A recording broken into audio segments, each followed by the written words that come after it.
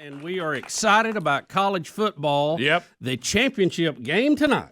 Bubba, I want you to know that in the new studio, everything has its first run. Are you ready for our first attempt at Zoom? I am. I can't hardly wait. We are going to bring Brad Edwards back to the Rick and Bubba show. Brad, are you there? Testing, Brad Edwards. Testing. I'm here. How is the new studio? You know, it's new. I'll tell you that. And there's, everything. You know how you have the old habits. We were in that other studio for 14 years, and trying to pick up our new habits. You know, everything sounds a little different. Everything runs a little bit different, but we're adapting to it. In a different place sometimes. Well, I'm glad I got to see the old studio, so maybe one of these days I'll see the new one, and I'll tell you how I really feel. Brad, let me ask you this. Can you hear us okay? Testing for Brad. I hear you great. Okay, sounds good. Perfect. So I feel like I need to turn around and look at Brad. Can we look at Brad like this? Would that bother you, Adler, if we turn around and look at him? My Michael. Yeah, Brad, I'm going to send you a picture of what we're seeing. But this is a trivia question, Rick. On Rick and Bubba Giant Game of Knowledge, this would be a trivia question. Who was the first Zoom interview? Oh, that's right. You just made history. I'm honored, guys. Yeah, that's awesome. But what it you is can see now, me tearing up. Yeah. well, at the old studio, because the old studio, all this Zoom stuff started happening, long after it was built. So you had to force Zoom in. This one was built already knowing about Zoom, and you're actually on a big screen behind us. That's scary. As we sit at the panel and we turn around and look at you. Or we can just look at our monitor and look at you. But for some reason, I keep wanting to turn around and look. And on each side of you is some really cool stuff, including the Wheel of Meat. Speedy's sending you a picture. I wish I could turn a little bit. I got a bad glare with the sun. I wanted to turn so I could get the snow in the background. Oh, you got snow? We got snow on the ground here. How much you got? We got about 3 inches the other night, and it's not going to melt anytime soon because the high tomorrow is 14. Oh, wow. Oh, wow. So that's not good. I kind of want you to walk out in the snow and do this. I'll just be honest with you. All right, so Brad, let's jump into football. So though the people hate the SEC and there's all kinds of SEC fatigue, this is not helpful if you're one of those people because it is Georgia Alabama Part 2. Everybody and their brother is asking the same question: what in the world is going to change between? Was it 4 weeks ago they played? Now when did they play last? It was the first weekend in December. 5 weeks ago. Yeah, 5. So what has got to change for Georgia from 5 weeks ago for them not to be run out of the stadium again? Yeah, I think for Georgia it's pretty simple. That's probably easier said than done. But for starters, you don't give up 2 50-plus yard touchdowns to Jamison Williams or to anybody. And Georgia hasn't had a problem with that this season. They don't give up many touchdowns, period, much less a couple of really long ones. So I think if they can force Alabama to drive, they got a better chance of, at least maybe holding them to field goals. But then when Alabama has the ball, that obviously was the big shock of the first game, was how well Alabama played against that Georgia D. And, you look at what Georgia was not able to do. They didn't force any turnovers. They didn't create any sacks. There was 1 3-and-out by Bama. So on top of the long plays, they just got to start to put a dent in some of those things. I'm not saying you got to have 7 sacks like Auburn did. But if you can get 3 or 4, now all of a sudden you got Bryce Young off rhythm. And I think that could change some things. And then on the other side, when Georgia has the ball, they moved it very consistently last time. The problem was 2 interceptions. One was in the red zone and the other was returned for a touchdown. So I think if Georgia can eliminate those things and then, not do some new things that they didn't do wrong the first time, they got a pretty good chance of making up that 17-point gap. Brad, last time Jordan Davis, number 99, the humongous defensive tackle for them, was pretty much a non-issue. Yeah. I don't remember his name being called a lot. Did I forget that? No, you didn't. It's like he was non-existent, and he was so dominant during the season. Yeah, he made one play in the first quarter, one really nice play, and then he pretty much wasn't heard from again. And Rick's right. He got tired, and then, outside of that, Alabama just didn't attempt to run the ball that much. Remember, Brian Robinson was banged up, wasn't close to 100%. They were pretty much down to their 4th string running back. And I think Alabama just went in with the attitude that we're not going to make a living running on this team anyway. And they did it every now and then just to keep them honest. But for the most part, the plan was to throw, and that's not where Jordan Davis is going to be the most effective is stopping the pass. So I would expect a lot more of the same tonight from Alabama. It doesn't seem like the type of game where Davis is going to be a major factor. But with Robinson now healthy, I think we can assume from 200 yards in the semifinal that he's healthy. That I think Alabama might try to run the ball more than they did. I'm not sure how successful they'll be. But if we can go under the assumption that Georgia's going to have to try something new on defense, they're going to have to mix up some things at the line of scrimmage, bring pressure in different ways, it could create some lanes for Alabama's running game that weren't there the first time. So, Brad, I remember our conversation, and we were all sitting there going, we just don't see how. At the time, we weren't all that impressed with Alabama's offensive line, and we didn't think they played that well. And we were like, how are they going to handle a defense this athletic? But they did.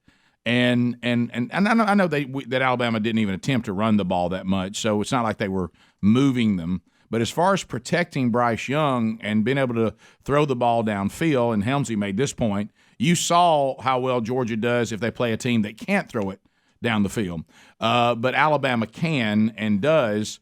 But were you still surprised by how well the offensive line for Alabama was able to handle the defense as far as protecting Bryce Young and running the offense? Absolutely. That was the key to the game. It wasn't like Bryce Young or Jamison Williams did anything that we didn't know they could do. It was the offensive line that made it all possible by giving Young a lot more time to throw than we thought that he'd have. And so I think that's the key again in this game. And especially as Alabama had a couple of those starters on the right side of the line who left the semifinal game, didn't come back. We still don't know completely what their status is. Saban says that they've been practicing and are going to try to go tonight. But if they aren't 100%, then it's going to be even more difficult to block that Georgia front. Now, if Alabama can find a way to do it again, I like their chances of winning the game because ultimately, if it becomes a Bryce Young versus Stetson Bennett game, that favors Alabama. And so really it's on Georgia's defensive front to get a pass rush, to get pressure. And Alabama's offensive line, obviously last time, did a fantastic job. I mean, 0 sacks allowed. Wow. If I'm not mistaken, I think it's the only game this year that Alabama has not allowed a sack. So, Brad, when it comes to the X's and O's, what did they do different against Georgia that they didn't do against Auburn, who, as you mentioned earlier, had like 6-7 sacks?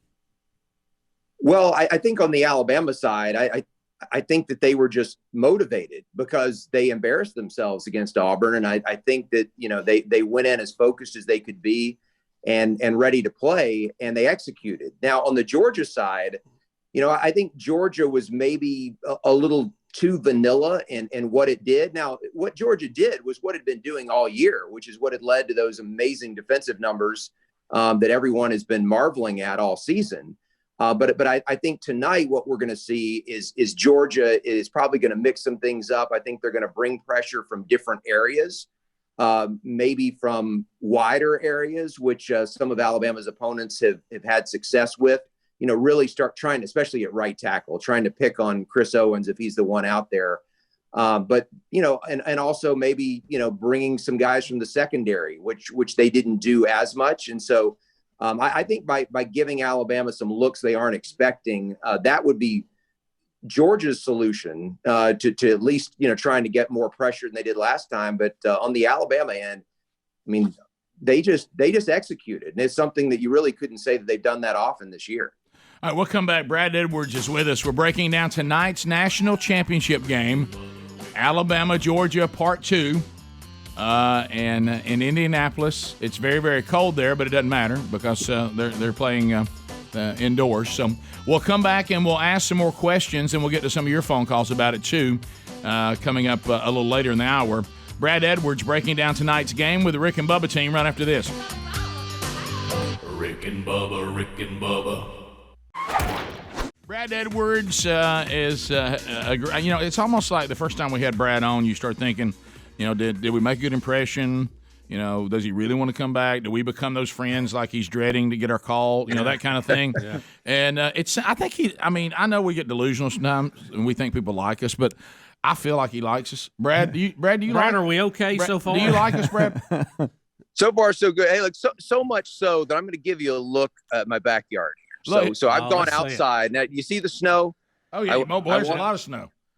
Yeah, I want the good people of Alabama, and I know you're all over the place. You're not just in Alabama, but those who don't have snow in January, I want you to see what snow looks like. So there you go. Brad, can I tell you something? That should have been your Christmas card. Your sweater, your hair's if perfect. It was just me, I should probably get my wife into it. If we're actually going to send it. We expect people to keep it. Yeah. As long as you don't put any kind of pet in there, I'm good with it. I got to know. I got to know the temperature right now. What are you standing in right now? When I took the kids to the bus stop an hour ago, it was wind chill was 16. Oh my! So I think it was 24 was the temperature, but wow. Hello, high today's 29, so we're going to get up there. So Brad, I love that view, by the way. So back beautiful. to back to the game. So it wasn't close last time. Georgia was beaten convincingly. They were embarrassed. Yeah, you could see some things at the end of the game. They were getting a little better, but there was a lot to that. And we were laughing about it. When Nick Saban seemed so joyful after the Iron Bowl, a lot of people didn't understand that. And I said, no. Bubba and I were like, this is exactly what he wanted. Now, he wouldn't be this way if they'd lost. But the fact that Alabama won and Auburn played so well against them, this is exactly what Nick Saban needed to get ready to beat Georgia. That's why he was so joyful, because he knew that he had every card he needed to tell the team, you nearly got beat by Auburn. You think you're going to beat Georgia? And nobody thinks you're going to beat them. The 7 sacks. Gosh, Georgia will probably get 14 on us if we don't get our act together. And so he had everything that he needed.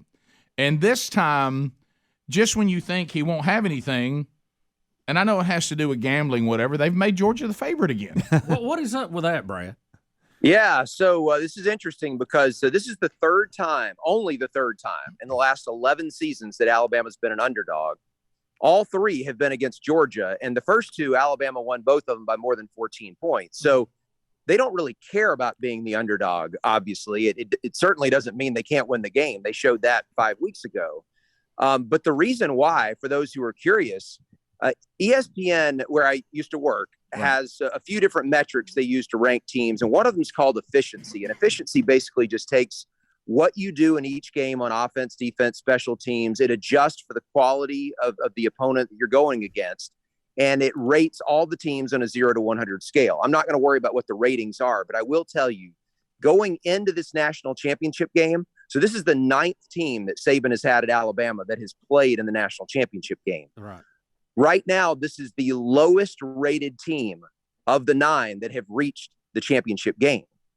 Georgia, on the other hand, is the highest rated opponent Alabama has faced in any of those 9 national championship games. In fact, even with that loss to Alabama 5 weeks ago, Georgia rates right up with 2008 Florida and 2019 LSU as the best team or best teams that Nick Saban has faced during his entire 15 years at Alabama. So this is a fantastic Georgia team. Alabama made them look bad the first time around, but there's a reason they're favored. It's because they're that good. Now, Brad, I had a theory that Nick Saban was actually placing bets so he would have yummy rat poison. Is there any truth to that? Well, he's got enough money to move the line if he wanted to. I can tell you that. So, Brad, a lot is always made. That was fascinating, by the way. Yeah, really a lot is always made about beating a team for the second time. Of course, Alabama did that before with Georgia, but. Do you the mentality is, do you go back and do what you did to win the first time, or do you feel like you have to totally change what you did to catch them off guard this time? I think the reason that people say that a lot, the numbers don't necessarily back it up, by the way. When you look at a number of rematches that have taken place either in conference championship games or bowl games over the years, it's somewhere close to 50% of the time that the team that won the first one wins again. But the reason that people like to say that, by the way, is my audio messing up? The wind starting to blow, and I think I'm feeling some of that 14-degree wind chill. It does. It feels colder too. Yeah, no, we can hear it a little bit, but not enough that it annoys us. Okay, all right. It seems real. I'll plow through for you. Okay. So the reason that people and he say wishes that, he hadn't done this now. I know. Yeah, it looks nice, but it doesn't feel so much. So the reason that people like to say that it's tough to beat a team, especially a good team, twice, is because usually in the rematch, the team that lost the first one is going to try some things that are different. They have to. They've got to try a different approach. Whereas the team that won has a tendency to say, hey, look, It worked the first time. Why would we change? If it ain't broke, don't fix it. Yep. And so if one team makes adjustments and the other one doesn't, then often that'll lead to a different result the second time. Alabama's not dumb enough to think that Georgia's going to come out and do the same thing. So I'm sure Saban, especially as long as he coached with Kirby, he has an idea of what Kirby's going to do, and he's prepared to counter whatever Kirby does in response to what didn't work for him the first time. And so to me, what's fascinating about this game is I can see it going in a completely different direction. I don't just mean like Georgia could win.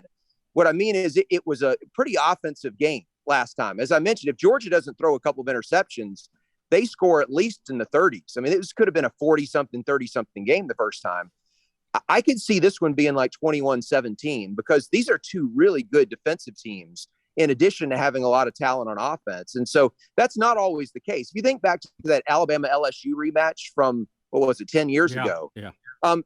We knew neither offense was going to have much success against those defenses. It was just a matter of whether Alabama would score more than LSU the second time. But, sure enough, it was similar to the first meeting in that the defense is dominated.